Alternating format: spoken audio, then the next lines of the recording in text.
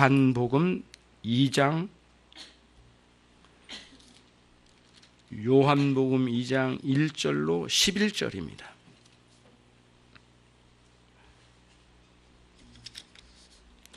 제가 한 절, 여러분 한 절 교독하겠습니다. 사흘 되던 날에 갈릴리 가나에 혼인이 있어 예수의 어머니도 거기 계시고 포도주가 모자란지라 예수의 어머니가 예수에게 이르되 저희에게 포도주가 없다 하니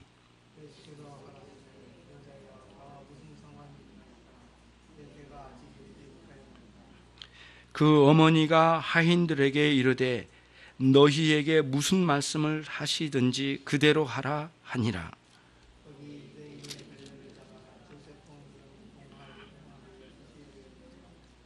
예수께서 저희에게 이르시되 항아리에 물을 채우라 하신즉 아구까지 채우니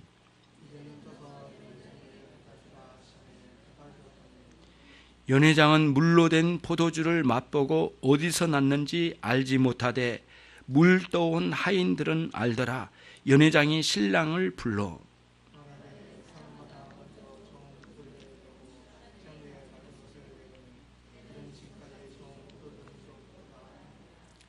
11절 같이 합니다. 예수께서 이 처음 표적을 갈릴리 가나에서 행하여 그 영광을 나타내시며 제자들이 그를 믿으니라. 아멘.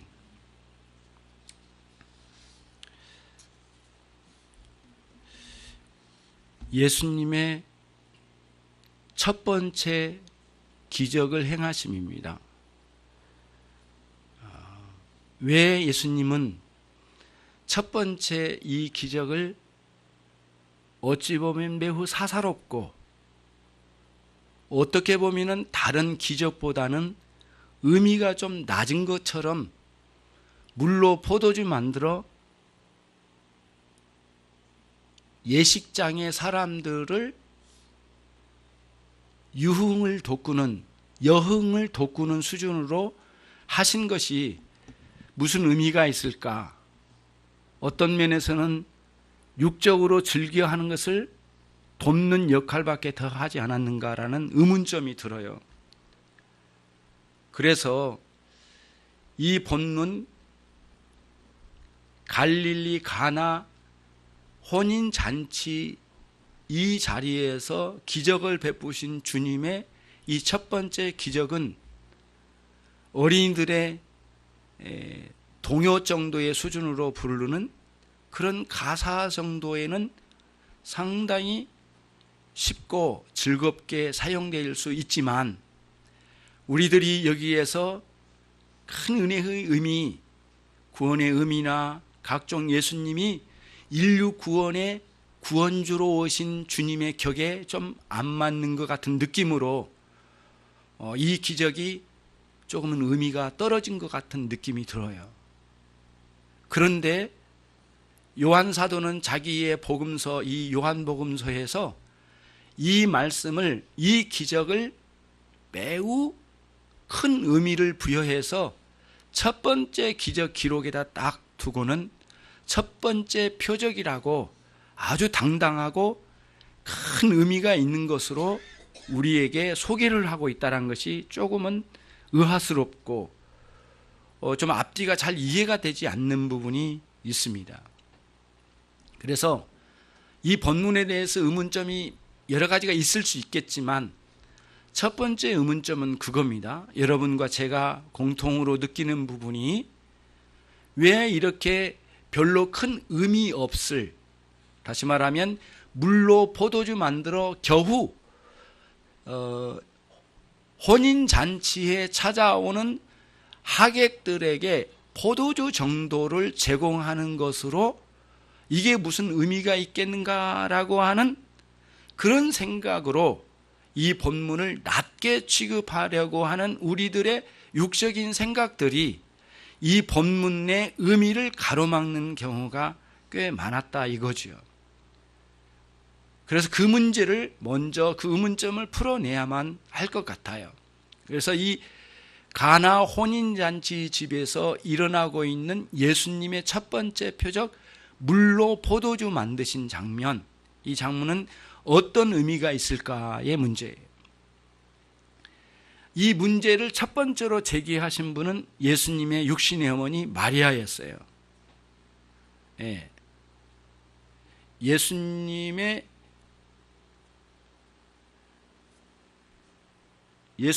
육신의 어머니가 이렇게 문제를 첫 번째로 제기했어요.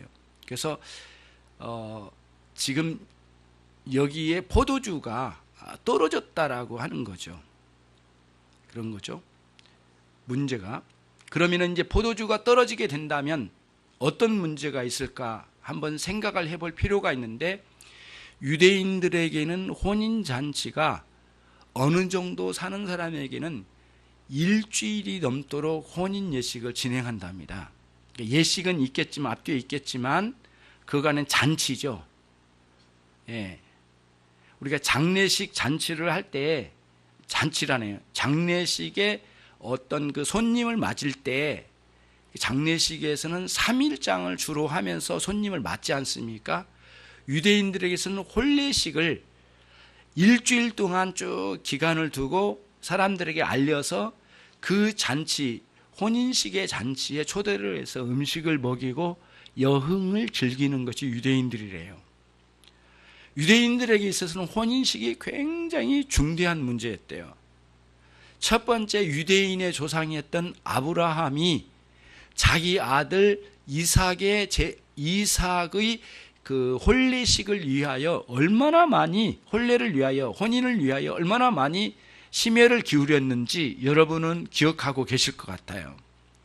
왜냐하면 창세기 35장에 나와 있는 아브라함의 아들 이삭의 혼인식을 위하여 굉장히 많은 내용이 기록되어 있습니다. 그래서 창세기 50장 중에 35장인 이삭의 혼례식을 위한, 혼인을 위한 준비된 내용들이 가장 내용이 깁니다. 50장 중에. 그래서 여러분, 길다랑성 일단 중요하다는 뜻이거든요. 유대인들의 조상 아브라함이 첫 번째 혼례식을 그렇게 중요하게 여겼던 것처럼 여전히 오늘날 또 유대인들에게 있어서는 이 혼례식은 매우 중대한 날. 그래서 장례식 같은 경우에는 유대인들에게 있어서 장례식이 거행돼서 상여가 이제 산으로 갈 때, 장지로 갈 때 혹시 길거리에서 유대인들이 그런 광경을 만나면 기본적으로 예의를 갖춰야 된대요. 예, 예의를 갖춰야 된대요. 옛날 우리 같으면 소를 끌고 가다가도 상여가 지나가면 멈췄거든요. 돌아서 갔어요. 앞질러 가지 못하게 했다고요. 꼭 그런 것처럼 유대인들에게는 장례식의 행례를 따라서 따라가 주는 것이 예의랍니다. 장지까지. 그게 유대인들의 관습이래요. 근데 혼인식에서는, 장례식은 그렇고 혼인식에는 유대인들이 어디 집에 전혀 모르는 집이지만 유대인 어느 혼인식이 있으면 거기 가서 그 축하의 예를 표하는 것이 기본 틀이래요. 어느 정도 갖춰진 의식이 있는 사람들은 그렇대요. 그러니까 그만큼 혼례식을 매우 중대하게 생각했죠. 아마도 이 본문은 일주일 어간에 있는 혼례식의 끝부분일 가능성이 많아요. 왜 그러냐면은 주인이 예측하기를 손님이 이 정도 올 거다. 하객들이 이 정도 올 거다라고 하는 예측을 하고 여기저기에 이제 포도주를 마음껏 준비를 해놨을 거예요. 근데 예상 외로 사람이 많이 온 거예요. 지금 갈릴리 가나 이 마을에 많이 왔어요. 그러니까 보면은 마지막 부분에 이제 예수님의 제자까지 오거든요. 그런 장면이 나와요. 예수님의 제자까지 초대를 받았다고 했어요. 그리고 예수님께 초대받으시기 전에 예수님의 어머니 마리아는 이미 그곳에 있었고, 그리고 거기에 함께 하고 있었고요. 그런 내용들로 이제 구성이 되어 있어요. 굉장히 중요하게 여긴데, 만약에 중간에 음식이 떨어져서 이제 그만 드시고 돌아가시라고 말할 정도가 된다면 매우 심각한 문제예요. 전혀 모르는 집에 혼례식이 있는 것에 예의를 갖추고 나올 정도로 중요하게 다루는 것이고, 심지어는 경건한 유대인들에는 자기 집안에 혼례식이 있을 때는 상당 부분 가족들이 함께 금식으로 준비까지 했대요. 굉장히 중대하게 여긴 거예요. 그 일이, 혼례식은 아주 너무 큰 일이에요. 우리도 사실 그렇잖아요. 굉장히 중요하죠. 예, 본인만이, 혼례를 감당하는 주인공만이 아니라 가족 전체가 매우 큰 예식이죠. 그렇게 중요한데 거기에 포도주가 떨어졌다라고 하는 것은 반대로 아까 지나가다가 그냥 아무렇게나 휙 하고 지나가지 못할 정도로 예의를 갖추는 것이 그들의 관습인데, 혼례식을 주관하는 그 집에서 포도주를 떨어뜨렸다, 포도주가 없다, 이제 마실 게 없다, 물이나 마시라, 이렇게 한다면은 보통 큰 문제가 아니에요. 이게 큰 문제가 됐을 것 같아요. 그런데 그래서 예수님의 어머니 마리아가 아주 당황스러운 상황으로 바로 튀어나와서 이후에 제자들과 함께 찾아온 당신의 맏아들 예수에게 말씀하셨어요. 지금 포도주가 떨어졌다고. 이렇게 이제 이야기를 한 겁니다. 그런데 전 본문 앞뒤로 보면은 거기 혼례식에서 일하는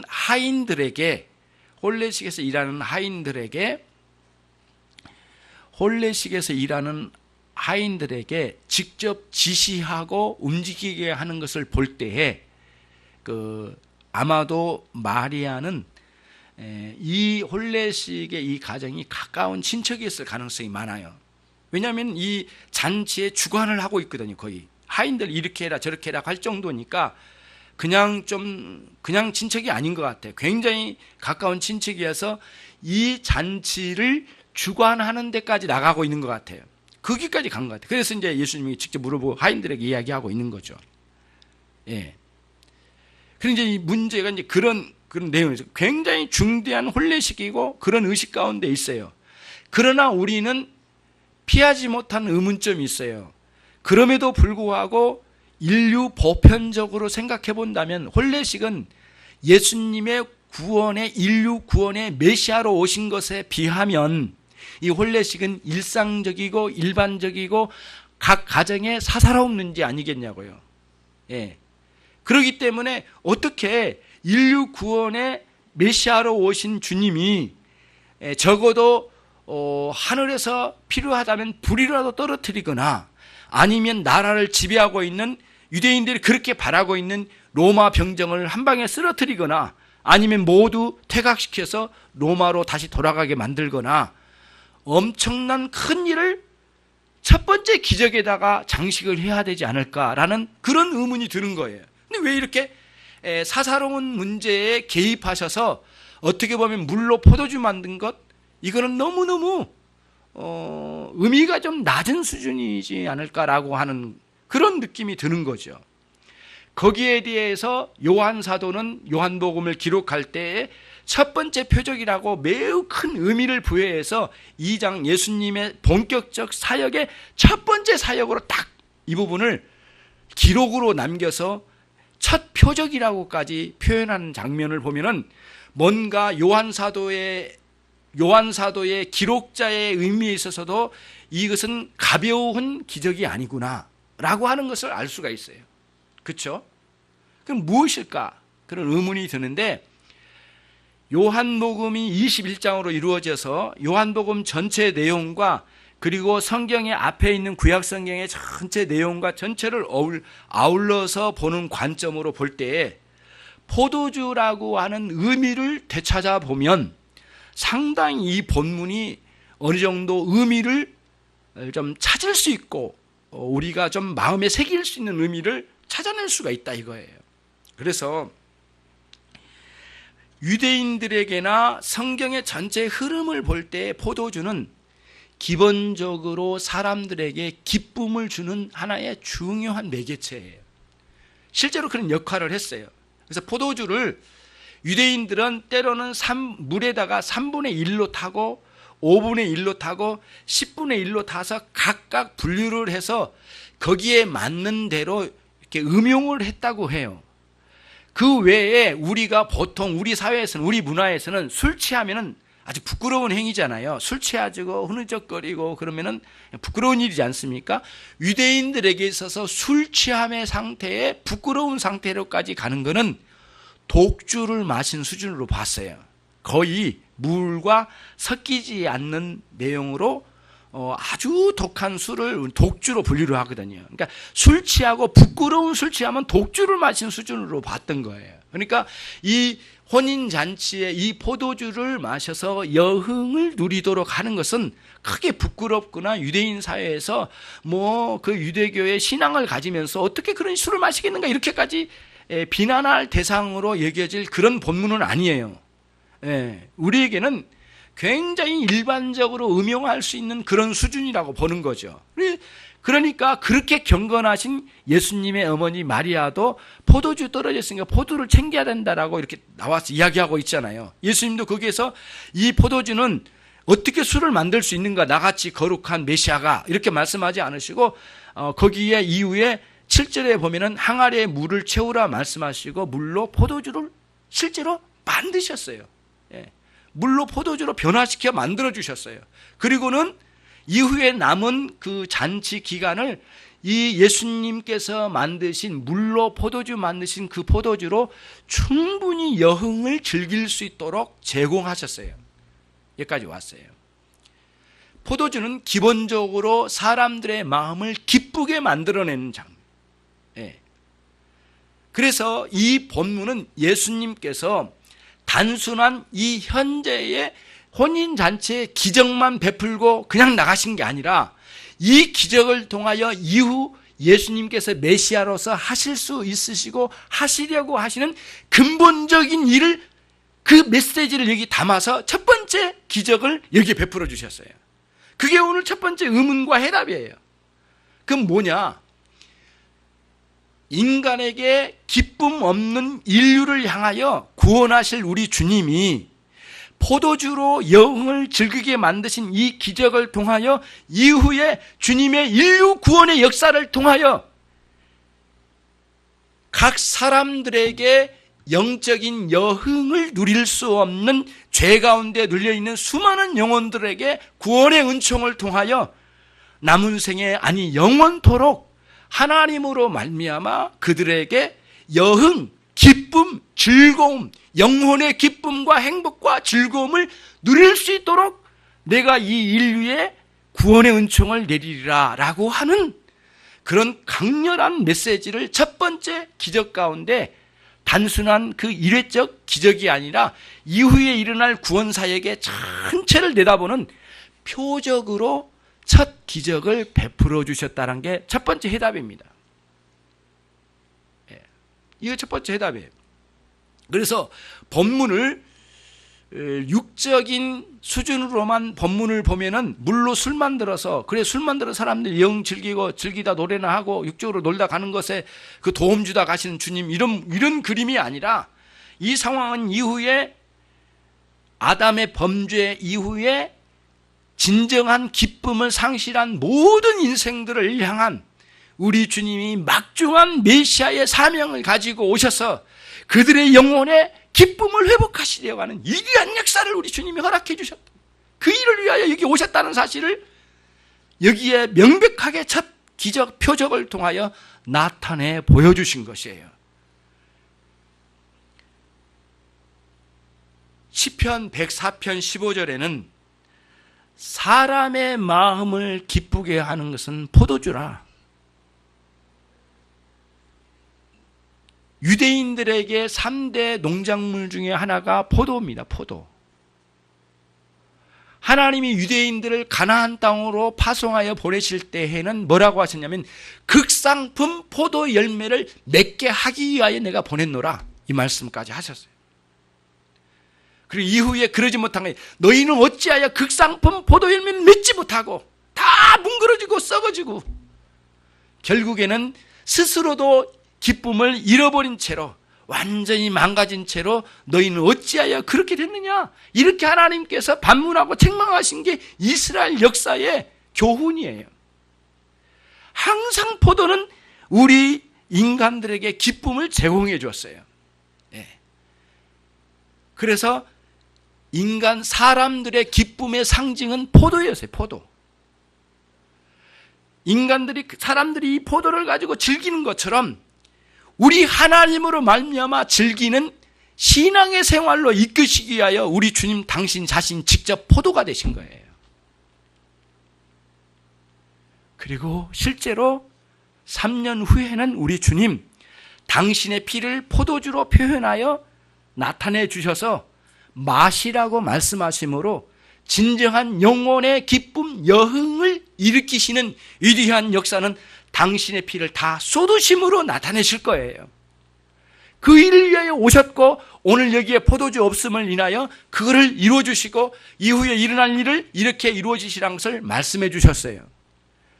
그리고는 1장 50절 51절에 기록되어져 있는 것처럼 나다네엘에게 너는 이후에 더 큰 일을 보리라 이를 말씀해 주신 것을 기억하실 거예요.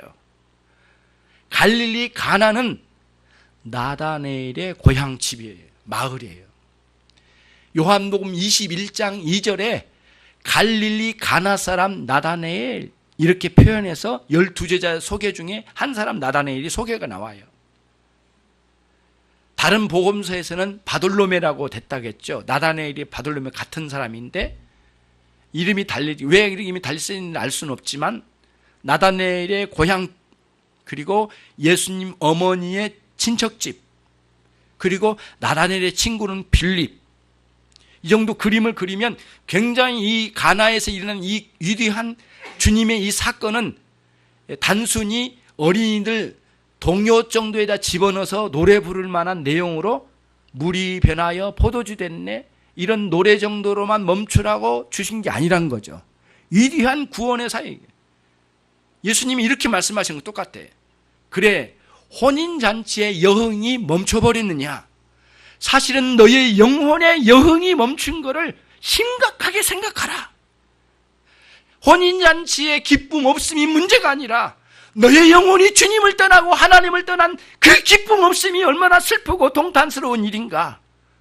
나는 단순히 이 혼인잔치의 사람들에게 포도주나 마셔서 그냥 육적인 여흥을 즐기다 가려고 내가 이거를 하려고 내가 이 일을 이룬 게 아니라 사실은 이후에 내 몸을 다 쳐서 십자가에 못 박아 너의 영혼이 기쁨이 되살아나고 하나님을 향하여 즐거움이 회복되도록 내 모든 것을 내놓으리라 라고 하는 그런 표적의 의미로 갈릴리 가나 혼인잔치에 물로 포도주로 만드시는 위대한 주님의 표적이셨어요.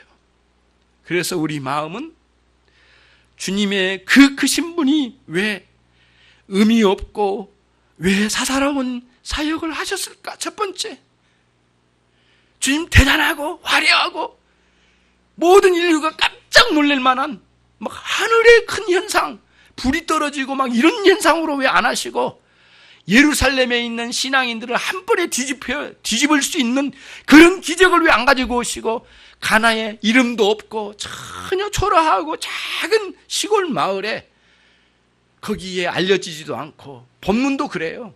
사람들은 대부분 몰랐대요. 연회장도 어떻게 된지 모르고 왜 숨겨놨다가 이제 가지고 왔냐고 본문에 나오잖아요. 제자들하고 몇 하인들만 조금 알았다라고 돼 있어요. 제자들은 이 상황을 믿고 믿었다라고, 이 사건을 보고 믿었다라고 돼 있고 주님을 믿었다라고 돼 있어요. 그러니까 굉장한 의미로 이거를 기록하고 있어요. 이 요한복음의 기록은 예수님 승천하시고 난 뒤에 50년, 60년 후의 기록이거든요. 요한 사도가 다시 거꾸로 생각해 보니까 첫 번째 기적의 의미가 뭘까라는 것을 곰곰이 생각하지 않을 수 없었겠죠. 주님이 그 가나 혼인잔치에서 베푸셨던 그 물로 포도주 만든 사건이 그렇게 큰 의미가 있었던가라고 생각하고 단순한 일회성의 기적이 아니라 영원한 하나님의 나라로 백성들을 구원하여 남은 생에 영원토록 영혼의 여흥을 즐길 수 있도록 길을 여시는 주님의 길을 예시적으로 보여주신 사건이었구나라고 생각하고 이 본문을, 이 말씀을 요한복음에 예수님의 사역, 첫 번째 사역에다 딱 기록을 올린 거죠. 왜냐하면 예수님의 사역이 수십 가지, 수백 가지가 있었을 텐데 그 중에 예수님의 사역을 크게 7가지만 소개합니다. 요한복음에서. 모든 걸 털어내고 7가지만 사역을, 그 기적을, 예수님의 기적 7가지만 딱 올려요. 그 중에 첫 번째로 올렸다는 게 굉장히 놀랍다는 거예요. 예. 물론 첫 번째 행하셨으니까 그렇지만은 이런 부분에서 우리 주님의 가나 혼인잔치에 포도주 만드신 사건의 의미가 우리의 영혼에까지 큰 의미로 다가와요.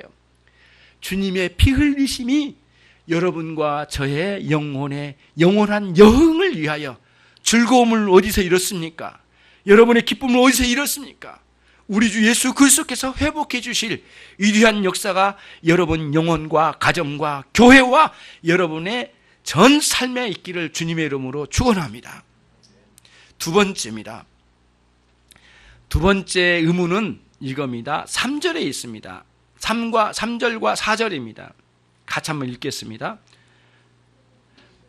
포도주가 모자란지라 예수의 어머니가 예수에게 이르되 저희에게 포도주가 없다 하니 예수께서 가라사대 여자여 나와 무슨 상관이 있나이까 내 때가 아직 이르지 못하였나이다. 사실은 그 예수님께서 좀 그 퉁명스럽게 대답한 것 같은 들어요. 여자여 나와 무슨 상관이 있습니까? 내 때가 아직 이르지 않았는데 말이죠. 퉁명스럽죠. 퉁명스럽다는 표현은 조금 그렇고요. 사실은 정확히 말하면 어머니 마리아를 향하여 책망하는 내용입니다. 분명히 책망이 맞아요. 그러나 하대하지는 않았어요. 여기서 여자여라고 하는 이 용어는 유대인들에게 있어서는 우리로 말하면 여사님 정도입니다. 여사님. 그러니까 완전히 하대하는 용어는 아니에요. 그렇다고 해서 극존칭도 아닙니다. 사실은 여사님 정도예요. 그리고는 말씀하신 거예요. 예, 나와 무슨 상관이 있길래 이거를 요청하십니까? 이거예요. 예수님께서 예수님의 아버지가 등장, 예수님의 육신의 아버지 요셉의 등장이 12살에, 그렇죠? 누가복음 2장에 예수님의 12살 때 아버님이 등장하고 어머님과 함께 성전에 6월절에 찾아간 그 사건을 기억하시죠? 그리고 예수님은 성전에 계시는데, 어린 예수는 성전에 계시는데 아버지 요셉과 마리아는 한참 동안 하루가 지나서 고향길로 돌아가고 있는 중에서 깜짝 놀랐어요. 다른 친척과 함께 이야기하면서 같이 뒤따라올 줄 알았는데 오지를 않는 거예요. 다시 거꾸로 갔죠. 예, 그 장면이 나오죠. 이제 예수님의 아버님은 예수님의 공생의 30세 이전 12살과 예수님 30세 사이에 한 18년이나 15년 사이에 어간에 아버지가 세상을 떠나신 것 같아요. 아무래도 등장되지 않는 것을 보면. 그러니까 최소한 10년이나 10여 년 정도의 기간 동안 어머니를 많이 보필했을 거예요. 맏아들로서 예수님이 30세 전까지는 사생활을 하셨으니까. 그러면 이제 이런 이제 계산이 나오는 거예요. 10여 년 동안 아버지 없는 고대에, 아버지 가장이 없는 고대는, 고대 생활 속에서 가장이 없다는 것은 굉장히 힘든 고달픈 세월입니다. 그래서 맏아들 예수에게 끝없이 그 마리아 어머니가 요셉 남편 대신 의존할 대상이 맏아들밖에 없었던 거예요. 물론 동생들도 있었지만은. 그래서 중대한 가정사에 문제가 있을 때마다 바로 예수를 불러서 그 예수에게 이 상황을 알리고 이걸 같이 해결해야 되지 않겠는가. 어젯밤에 태풍이 불어가지고 말이지 이 외양간이 무너졌단 말이지. 이거를 고쳐야 되겠는데 내 힘으로 안 되는데 이게 좀 고쳐야 되겠다. 그러면은 효도가 극진하신 우리 예수님이 빨리 달려가서 외양간 고치셨을 거고, 목수일을 하셨으니까 누구네 집에서 이거를 괴짝을 하나 만들어 달라고 하는데 좀 기간을 좀 땡겨서 빨리 만들어 달라고 요청하지 않았겠어요? 마리아가. 다양한 생활에 10여 년 동안 아버지 없는, 남편 없는 그 생활 속에서 너무 자연스럽게 어떤 문제가 있으면 즉각적으로 맏아들 예수를 찾아가지 않았겠느냐고요. 오늘 본문 2절 3절에서 포도주 떨어진 상황이 매우 당황스러워요. 그러면은 이 잔치집이 예수님의 가정집은 아니었거든요. 친척집이라고 치면 그 친척집의 주인은 또 다른 곳에 가지고 이 포도주 떨어진 것 때문에 남의 집에 이미 뛰어갔는지도 몰라요, 지금 상황이. 그러나 예수의 어머니는 어디로 가서 거기서 같은 동네가 아니니까, 살던 동네가 아니니까 제일 먼저 이 안타까운 상황, 당황스러운 상황을 누구에게 알리겠어요? 매우 인간적이고 매우 자연스러운 거죠. 예수에게 찾아가 포도주 떨어졌다고 이야기하는 게 당연하잖아요. 매우 인간적이에요. 그렇지 않습니까? 본문은 거기까지 가요. 그런데 그 다음의 문제, 예수님은 그 어머니 마리아의 이런 요청에 대하여 아주 책망으로 말씀하세요. 여사님, 여자여, 나와 무슨 상관이 있나이까? 내 때가 아직 이르지 못하였나이다. 이렇게 말씀하셔요. 그러면 여러분, 저와 함께 이 본문을 해결하려면 예수님은 하늘에 계신 아버지의 사명, 인류 구원의 역사를 이루시려고 말씀하실 때마다 굉장히 의미 깊게, 사람들은 퉁명스러운 책망일지 모르지만 주님은 육적인 인간적인 관계, 어머니와의 관계를 뛰어넘어 하늘에 계신 아버지와의 관계의 관점으로 이것을 말씀하신 거예요. 그러니까 사람 듣기에는 퉁명스러운 책망으로 들리겠죠. 그래서 12살 때 누가복음 2장에 기록되어 있는 것처럼 어찌하여 부모가 걱정스럽게 왜 따라오지 아니었는가? 하룻밤을 지나 거꾸로 왔다.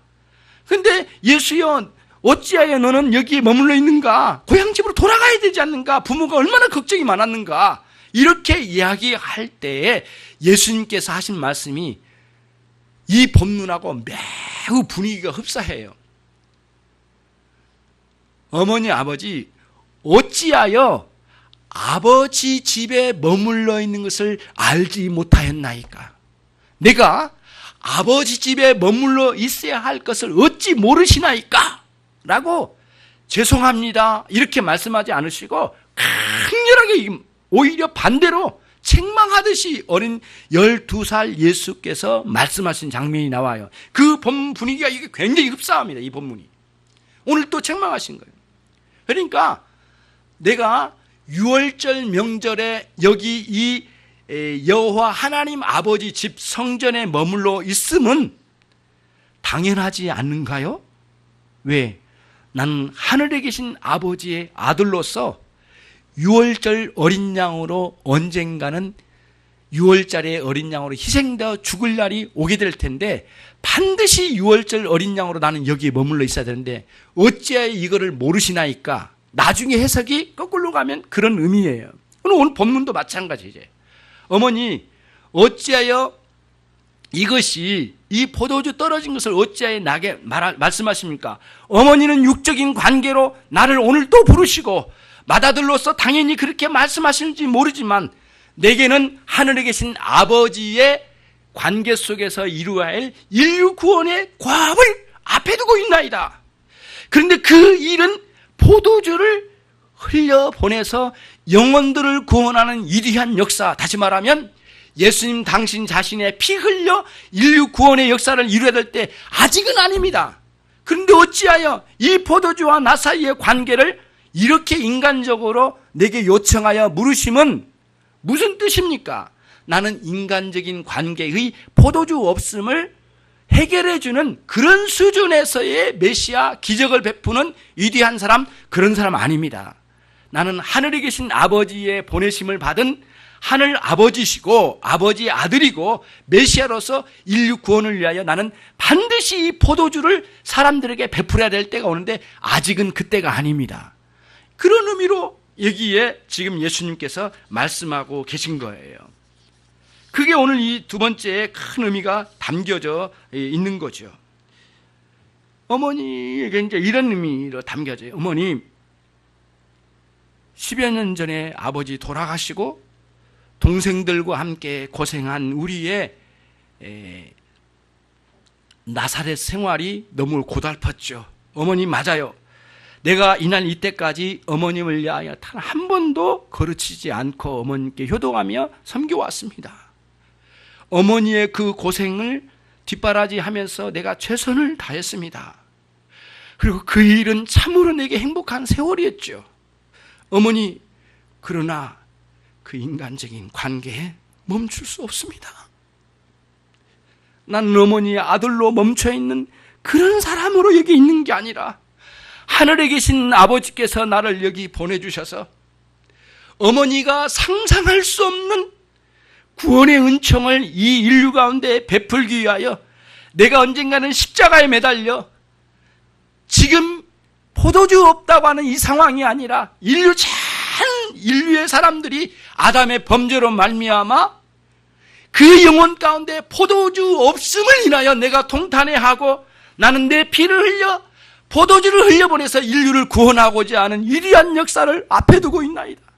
어찌하여 어머니는 이 순간까지 인간적인 관계로 내게 포도주를 요청하시나이까? 지금 내 마음은 하늘 아버지의 이 사명에 불타오르고 있고 어머니는 여전히 인간적인 문제로 나를 끌어내리려고 하시니 내 마음이 고달프고 힘듭니다. 어머니, 나를 제발 놓아주십시오. 이제는 나를 내려놓으십시오.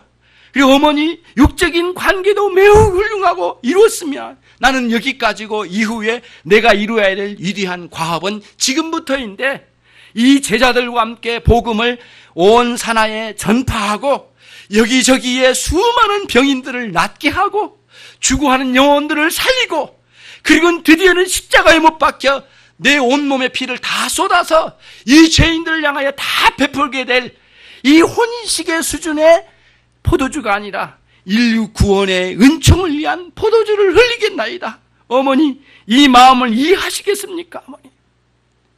그런 의미로 여기에서 우리 주님께서 이 말씀을 하고 계신 겁니다.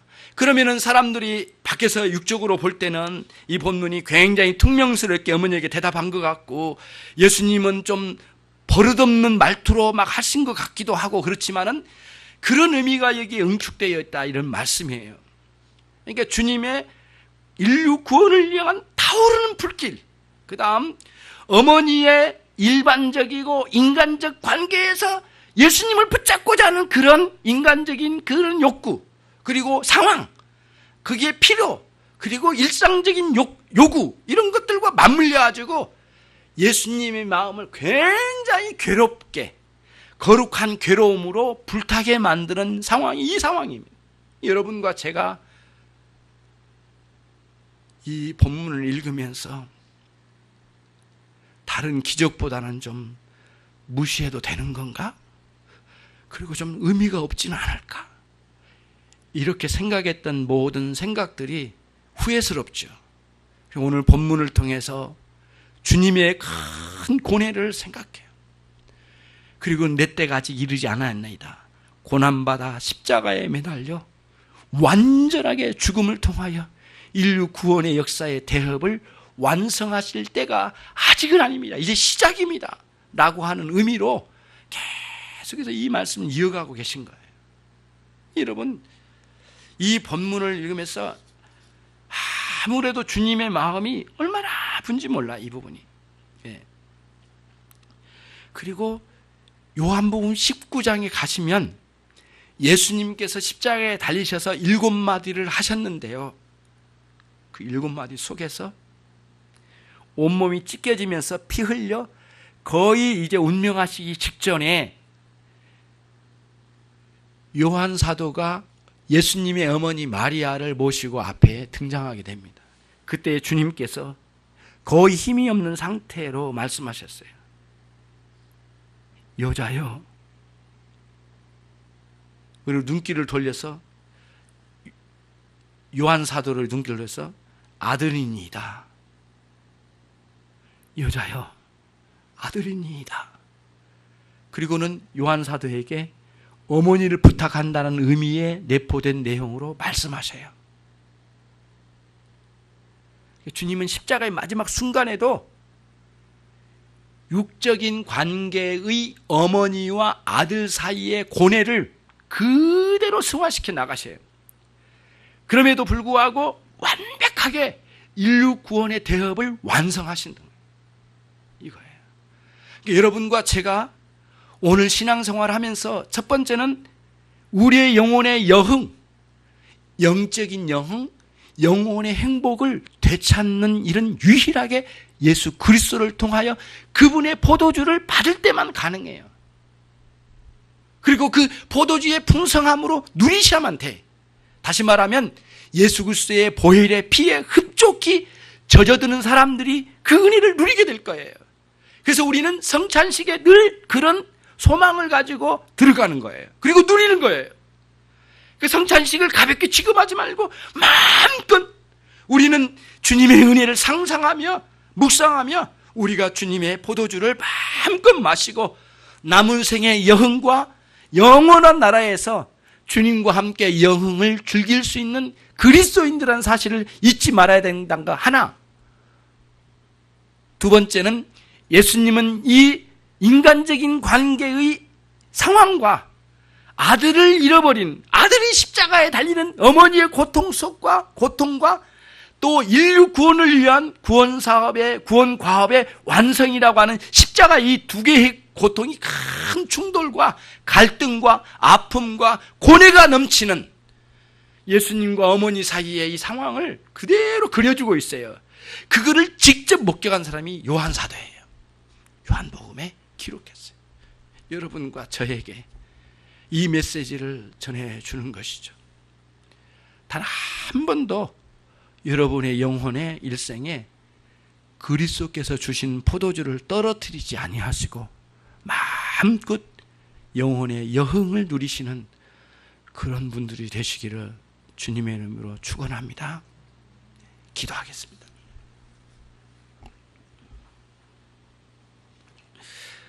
하나님 아버지, 무한한 감사와 찬양을 올려드립니다. 내 주 하나님 아버지, 이제 주님께서 우리에게 진정한 포도주가 무엇인지를 본문을 통해 말씀해 주셨사오니, 깨닫게 해 주셨사오니, 하나님이여 이제 우리의 영혼의 그 포도주 떨어지지 않도록 하나님 영원토록 우리 영혼의 기쁨과 즐거움의 여흥을 누릴 수 있도록 하나님의 역사해 주시옵소서. 이후에 주님의 구원의 은총의 풍성함을 우리 영혼과 가정과 교회 위에, 그리고 우리의 모든 사업체와 직장과 사회에 관계된 모든 상황 속에 하나님이여 부어주옵소서. 그리스도의 포도주로 가득 채워주시옵소서.